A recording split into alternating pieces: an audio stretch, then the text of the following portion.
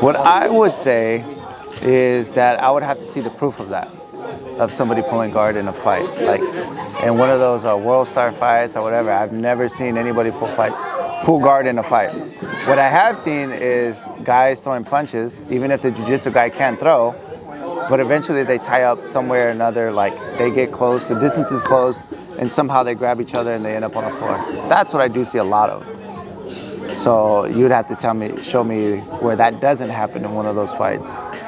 So at that point, once legs are wrapped and clinches, the majority of a really good blue belt, not even a competition blue belt, like an active, like a standard blue belt who knows what they're doing, and a guy who doesn't know what they're doing once they hit the floor,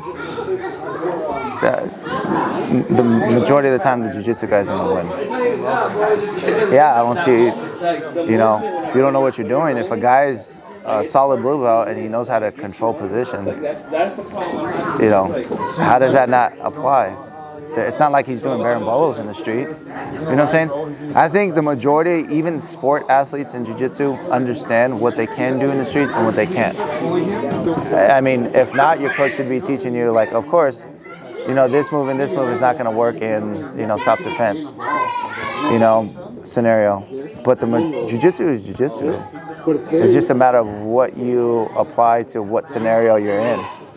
Street fights, you don't need to pull guard it. Eventually it's going to hit the floor, whether you're in a club or not. You're not going to do no Muay Thai kick in a club. You're going to hit a table or a chair or someone else. It's always the hands or the distance is close and they start grabbing each other. So a grappler is probably going to win the majority of those exchanges. But pulling guard, I mean, I've only seen one instance where there's these guys were in a fight at a basketball court or something, and this white guy I don't know if he clinched with them or something. He ended up in single leg X, but he sat him down by sweeping him down and was going to heel hook him. And he was saying something like, "You better stop him." Yeah, something like that. Yeah.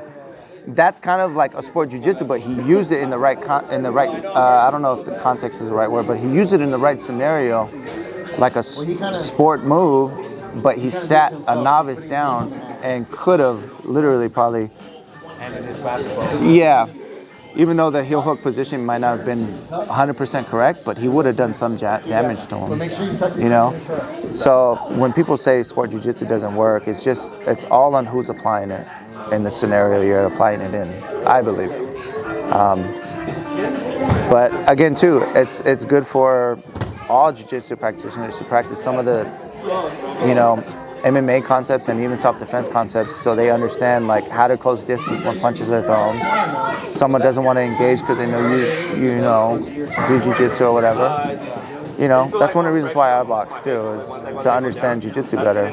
It applies to self-defense aspects. So whoever says that, I don't know. I'd have to see the evidence of this in a street fight. Yeah.